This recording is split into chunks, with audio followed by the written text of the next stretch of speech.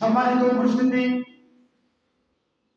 আমি কোরআন কারীম থেকে যে আয়াত এখানে তেলাওয়াত করেছি, আল্লাহ রাব্বুল আলামিন বলেন, তুখরিজুল হাইয়া মিনাল মাইয়িতি ওয়া তুখরিজুল মাইয়িতা মিনাল হাইয়্যি ওয়া তারযুকু মান তাশাউ বিগাইরি হিসাব। আল্লাহ রাব্বুল আলামিন বলেন, আমি জীবিত মানুষকে মৃত দান করি, মৃত মানুষটাকে আবার জীবিত দান করি, ঠিক কিনা? এই ক্ষমতা কার আছে? আল্লাহ ছাড়া অন্য কোনো ব্যক্তির আছে? মৃত প্রাণীটাকে আবার জীবিত করার জিম্মাদার আমার আল্লাহ। তার উদাহরণ হচ্ছে ইমাম আহমদ বিন হাম্বলকে একদিন এক খ্রিস্টান বললেন, ইহুদি বললেন যে তুমি যে রবের ইবাদত করো, তোমার রবের পরিচয় দাও, তুমি কোন রবের ইবাদত করো? ইমাম আহমদ বিন হাম্বল এই আয়াত তেলাওয়াত করে জানিয়ে দিলেন, তুখরিজুল হাইয়া মিনাল মাইয়িতি ওয়া তুখরিজুল মাইয়িতা মিনাল হাইয়্যি। আল্লাহ রাব্বুল আলামিন এই যে দেখেন, একটা মৃত প্রাণীকে জীবিত করলেন, আবার জীবিত প্রাণীটাকে মৃত দান করলেন। তার একটা উদাহরণ দিয়ে বললেন, একটা ঘর, সেই ঘরের মধ্যে কোনো জানালা নাই, দরজা নাই, কোনো ফুটা নাই, কোনো ভাঙা নাই, ছাদ আছে, নিচেও আবার মাটি দ্বারা পরিপূর্ণ। এই ঘরের মধ্যে একটা প্রাণী বসবাস করে। সেই প্রাণীটা আল্লাহ রিজিক সব সময় পান করতে থাকে, বলেন সুবহানাল্লাহ। তার উদাহরণ, এই উদাহরণটা যখন দিলেন, ইহুদির মাথায় ঢুকলো না। তখন বললেন যে এই উদাহরণটা আপনি একটু ভাঙিয়ে বলেন। ভাঙিয়ে বলতে গেলে তখন তিনি বললেন, মুরগির পাছা দিয়ে কি বের হয়? ডিম বের হয়, হয় কি হয় না? এই ডিমটা কত সুন্দর, বড়, কোনো ফুটা দেখেছেন কোনোদিন? কথা বলেন না। কোনোদিনও আমরা ডিমের মধ্যে ফুটা দেখি নাই, কোনো জানালাও দেখিলাম না, কোনো দরজাও দেখলাম না। কিন্তু ডিমের মাঝখানে জীবিত প্রাণী দান করলেন কে? হ্যাঁ, জীবিত প্রাণী দান করলেন আমার আল্লাহ। ইমাম আহমদ বিন হাম্বলের কথা শুনে ইহুদির মাথা চক্রান্ত হয়ে গেল। ইহুদির মাথা নষ্ট হয়ে গেল। এটা কেমন কথা?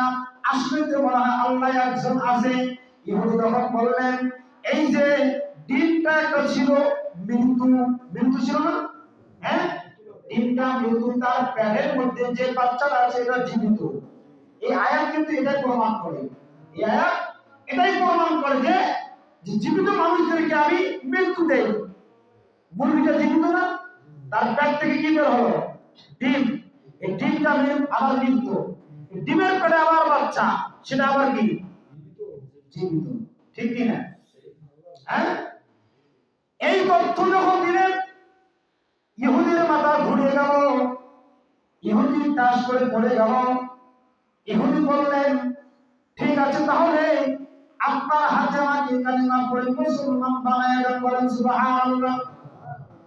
ইমাম শাফিঈকে একজন খ্রিস্টান আবার এইরকম করে জিজ্ঞাসা করলেন, আপনি যে একজন ইমাম, আপনি আল্লাহর ইবাদত করেন, আল্লাহ একজন আছেন, এর পরিচয় দেন। ইমাম শাফিঈ রাহমাতুল্লাহি আলাইহি বললেন, এই দুনিয়ার মধ্যে অসংখ্য প্রাণী আছে, আছে না? এই অসংখ্য প্রাণীর মধ্যে থেকে গরু আছে, ছাগল আছে, আবার কুকুর আছে যারা বাচ্চা দেয়। এইরকম প্রাণীরা দুনিয়ার মধ্যে বসবাস করা অবস্থায় কেউ আবার ঘাস খায়, কেউ পাতা খায়। কি খায়? এক গাছের পাতা ছাগলও খায়, গরুও খায়, ভেড়া খায়, উট খায়, দুম্বা খায়, খায় কি খায় না? মহিষ খায়। এক গাছের পাতা আবার ভেন্ডুর পোকাও খায়, আবার মৌমাছিরা খায়। এই পাতা খাওয়ার পরে কেউ আবার পিওর দুধ দেয়, কেউ আবার মধু দেয়। সুবহানাল্লাহ। দেখি দেন, হ্যাঁ, তাহলে গরুর পেট থেকে, গরুর ওলান দিয়ে পিওর দুধ বের হয়, এটার এক স্বাদ। আবার ছাগল ওই পাতায় খাইলো, ছাগলের ওলান দিয়ে পাত দিয়ে যে দুধ বের হয়, আবার এটার আর এক স্বাদ। আছে না নাই? ছাগল ভাত খায়, গরু ভাত খায়। আবার প্রাণীর মধ্যে থেকে হিংস্র প্রাণী কুকুরও ভাত খায়, খায় কি খায় না? এই কুকুরের দুধের আরেক রকম স্বাদ। এই পরিচয় যখন ইমাম শাফিঈ রাহমাতুল্লাহ আলাইহি ইহুদিকে দিলেন, এই পরিচয় পাওয়ার পরে ওই ইহুদিও ইমাম শাফিঈর রাতে কালিমা পড়ে ইসলাম ধর্ম গ্রহণ করলেন। বলেন সুবহানাল্লাহ। এবার আসুন, চার মাযহাবের ইমামের নাম ইমাম মালিক, নাম শুনছেন? ইমাম মালিকের অনুসারী মক্কা মদিনার মধ্যে অভাব নাই। বুঝছেন কথাটা? মক্কা মদিনার মধ্যে ইমাম মালিকের অনুসারীর অভাব নাই। আর আমাদের বাংলাদেশে আল্লাহর রহমতে ইমাম আবু হানিফার অনুসারীর অভাব নাই। এই ইমাম মালিককে বলা হয়েছে, কে সেই ইমাম মালিক? এই ইমাম মালিক তিনি হিজরত করে আল্লাহ রাসূলের এলাকা চলে গেলেন। আল্লাহ রাসূল ছিলেন মদিনাতে। এই মদিনাতে যাওয়ার পরে 70 বছর পর্যন্ত আল্লাহ রাব্বুল আলামিন তাকে হায়াত দিয়েছিলেন। এই 70 বছর পর্যন্ত ইমাম মালিক রাহমাতুল্লাহ আলাইহি মদিনার মধ্যে কোনোদিন জুতা পরিধান করে নাই। কি করে নাই? আর আমরা মদিনাতে যাই হজ করতে, জুতা পায়ে দিয়ে বেড়াই, কত সুন্দর রঙের জুতা আছে না নাই? হ্যাঁ, এই যে ইমাম মালিক 70 বছর পর্যন্ত মদিনাতে থাকলেন, একজন জুতা পরিধান করে থাকে নাই। ইমাম মালিককে প্রশ্ন করা হলো, আপনি এই মদিনার অলিতে গলিতে বের হন, কিন্তু আপনার পায়ের মধ্যে কোনো জুতা নাই।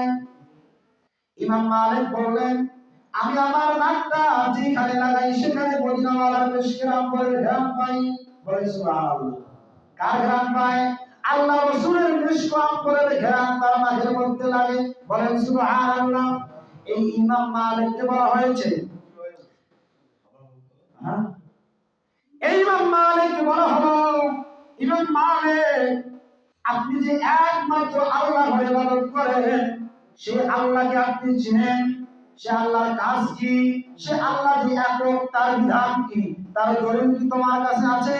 ইমাম মালিক সংক্ষেপ উত্তর দিয়ে বললেন, এই যে পৃথিবীর মধ্যে যত ইহুদি, এই পৃথিবীর মধ্যে আল্লাহ রাব্বুল আলামিন অসংখ্য মানুষ তৈরি করেছেন। কি করেছেন? অসংখ্য অগণিত মানুষ তৈরি করেছেন। এই মানুষের চেহারার দিকে আরেকজন চেহারার দিকে তাকাও, কোনদিন মিল পাবে নাকি? ইহুদি তখন ডাক্তার বললেন, মানুষের চেহারার সাথে চেহারার মিল আছে, থাকে না? আমি দেখাই। এরকম করে বলতেছে, থাকে না? আমি দেখাই। একজন আরেকজনকে খাড়া করলেন, খাড়া করার পরে দাঁড় করার পরে বলতেছে, দেখেন তো দেখি এই দুটো মানুষের চেহারা মিল আছে না নাই? ইমাম মালিক তখন তার আল্লাহ রাসূলের অনুসরণে, আল্লাহ রাসূলের সিরাতের অনুসরণে তখন বললেন, এই দুটো মানুষের চেহারা মিল আছে, কিন্তু মিলটা আপনি হাতের আঙ্গুল দিয়ে ধরিয়ে দেন। কোন জায়গায় মিলেছে দেখেন? কথা বুঝেন না? মানুষের চেহারার সাথে চেহারা মিল থাকে না? আর ইমাম মালিক কি বললেন, যে মিলটা আপনি পাইতেছেন সেটা হাতের আঙ্গুল দিয়ে ধরিয়ে দেন।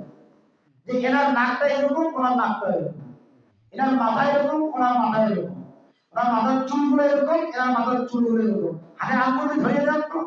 ইমাম মালিক প্রশ্ন করছেন। আর ইমাম মালিকের প্রশ্নে ইহুদি বলতেছে, ভাই এটা অনুভব করা যায়, মানুষের চেহারার সাথে চেহারার মিল আছে, এটা অনুভব করা যায়, হাতের আঙ্গুল দিয়ে ধরিয়ে দেওয়া যায়। কথাটা বুঝেছেন আপনারা? হ্যাঁ, তাহলে এখান থেকে ইহুদি খ্রিস্টান তখন বললেন, আপনার কথাই ঠিক, আপনি যে আল্লাহর ইবাদত করেন ওই আল্লাহ একজন, এগুলো কেউ করে না, একমাত্র একজনই করেন, তিনি আমাদের রব। সুবহানাল্লাহ। তো মাযহাবের ইমাম তো চারটা, বললাম তিন দোকান, আর আপনি করেন একজন। সময় মানে দেখি, সময় 25।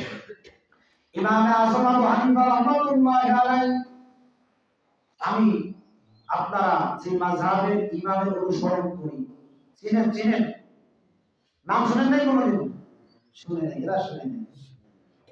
এই যে ইমাম আবু হানিফা রাহমাতুল্লাহ আলাইহি, এর আগে একদিন প্রশ্ন করা হলো, এবং প্রশ্নের সাথে সাথে বাহাস করবেন কারা? ইহুদি খ্রিস্টানরা বাহাস করার জন্য একটা দিন ঠিক করলেন, ডেট করলেন। আবু হানিফা রাহমাতুল্লাহ আলাইহি ডেট দিলেন। ডেট দেওয়ার পরে অমুক স্থানে কি হবে? বাহাস হবে। বাহাস বুঝুন তো? হ্যাঁ, পক্ষ বিপক্ষে কি লাগবে? কথা হবে। সেখানের মধ্যে যারা বিজয়ী হবে তাদের বিজয়ী ঘোষণা করা হবে। আর তারপর যারা পরাজিত হবে তাদেরকে পরাজিত ঘোষণা করা হবে।